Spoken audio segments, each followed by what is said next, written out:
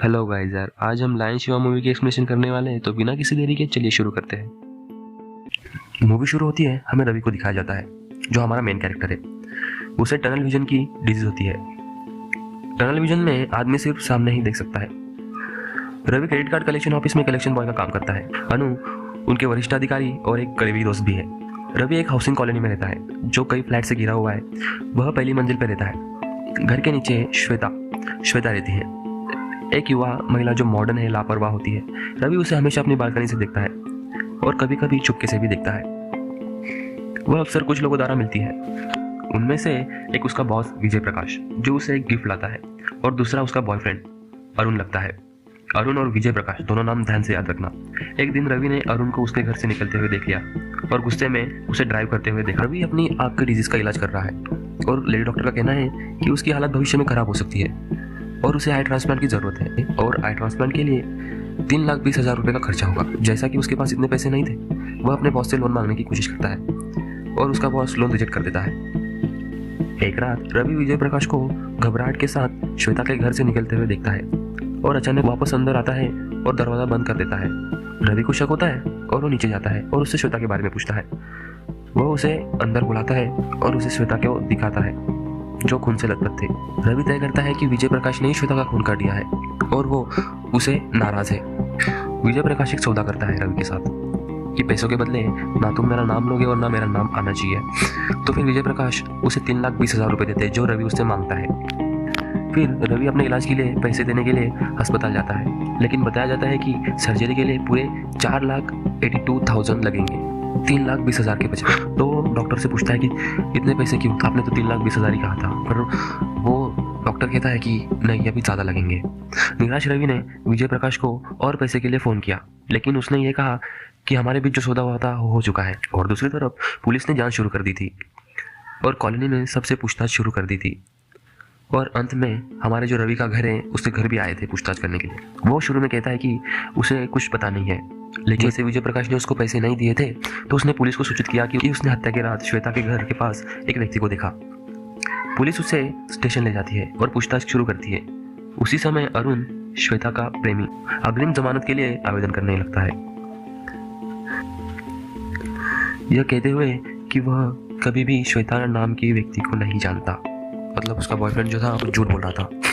रवि फिर से अस्पताल जाता है और बोलता है कि मेरी आंखों की सर्जरी के लिए आप मेरा नाम आगे लीजिए, और वहाँ पे वो बहुत बहस भी करता है। फिर वहाँ पे जो लोग होते हैं उसको बोलते हैं कि जब तक डोनर नहीं मिलता तब तक आपको आंखें नहीं मिलेंगी। तो वो कहता है कि 6-7 साल लगेंगी, नहीं तो फिर 6 महीने भी लग सकते हैं, 1 साल लग सकता है, 6 साल लग सकते हैं, ऐसे बोलते हैं और उसे वहाँ से निकाल देते हैं। तो फिर निराश रवि अस्पताल से बाहर जाने वाला होता है कि एक कर्मचारी वहाँ पे आता है और उसे बोलता है, आप मुझे 5 लाख दो तो आपको आंखें जल्दी मिलेगी। रवि क्लूलेस था कि उसे क्या करना था पता नहीं था। एक रात उसकी मुलाकात एक अजनबी व्यक्ति से होती है जिसे अरुण के वकील ने भेजा था, और वो उसे अदालत में चुप रहने के लिए एक प्रस्ताव पेश करता है क्योंकि रवि इस मामले में एकमात्र गवाह था। रवि 5 लाख की डील के लिए सहमत है, पर वो आदमी उसे 1 लाख एडवांस देकर कहता है कि आधे पैसे सुनवाई होने के बाद मिलेंगे। घर वापस आते ही रवि पर एक अजनबी द्वारा हमला होता है। रवि को लगता है कि यह विजय प्रकाश का काम है और वो उसे मिलने जाता है। उसने विजय प्रकाश को धमकी देते हुए कहा कि अगर वो उसके सौदे के लिए सहमत नहीं है तो वो उसके परिवार को सब कुछ बता देगा, और रवि ने मांग की 25 लाख की। रवि कहता है कि मुझे 25 लाख दो, नहीं तो मैं तुम्हारे परिवार को सब कुछ सच बता दूंगा। गुस्से में विजय प्रकाश उसे चिल्लाते हुए कहता है कि मैंने उस श्वेता को नहीं मारा। आखिर में रवि को पैसे देने के लिए सहमत हो जाता है और यह भी मान लेता है कि श्वेता के साथ उसके संबंध थे। अदालत में अरुण से जज के सामने पूछताछ की जाती है और वो कहता है कि उसका भी श्वेता के साथ रिश्ता था, लेकिन उसने शादी करने का कभी इरादा नहीं बनाया। रवि जज के सामने गवाही दे देता है कि उसने हत्या के दिन अरुण को देखा था। अदालत इसे सबूत के रूप में मान लेती है और अरुण को हत्यारा घोषित कर देती है। उसे गिरफ्तार कर लिया जाता है। अरुण के वकील और पिता हैरान हैं। रवि उनको 1 लाख रुपए वापस कर देता है और घर लौटता है। उसके घर के मालिक ने उसे अपना घर खाली करने के लिए कहा था ताकि वो जल्द से जल्द अपनी पैकिंग शुरू कर सके। तो यहाँ मूवी का प्लॉट रिवील होता है। जब रवि अपना घर पैक कर रहा था तभी उसके पास एक मोबाइल मिलता है जिसमें उस फोन का वॉलपेपर श्वेता के साथ और उसका एक फोटो था। तब पता चलता है कि रवि और श्वेता एक रिश्ते में थे। पर जब श्वेता को रवि के आँख की डिजीज के बारे में पता चला तब वो उससे ज़्यादा टालने लग गई थी। इसके अलावा वो बेपरवाह निकली, अपने सुख और मुनाफे के लिए कई पुरुषों के साथ संबंध बनाए। इसे रवि नाराज हो जाता है और वह उसे अपने साथ आने के लिए कहता है और उसे स्वीकार करने के लिए तैयार है। वो मना करती है और रवि का अपमान करती है, इसीलिए रवि गुस्से में उसे मार देता है और भाग जाता है। अंत में रवि की मुलाकात लेडी डॉक्टर से होती है, जिसने शुरुआत में उसे कहा था कि आई ट्रांसप्लांट करो, और वो उसे बताती है कि उसके हालात वास्तव में लाइलाज हैं और वो आँख ट्रांसप्लांट करने के बावजूद भी अंधा हो जाएगा। अस्पताल के दबाव के कारण उसे झूठ बोलने के लिए मजबूर किया गया था।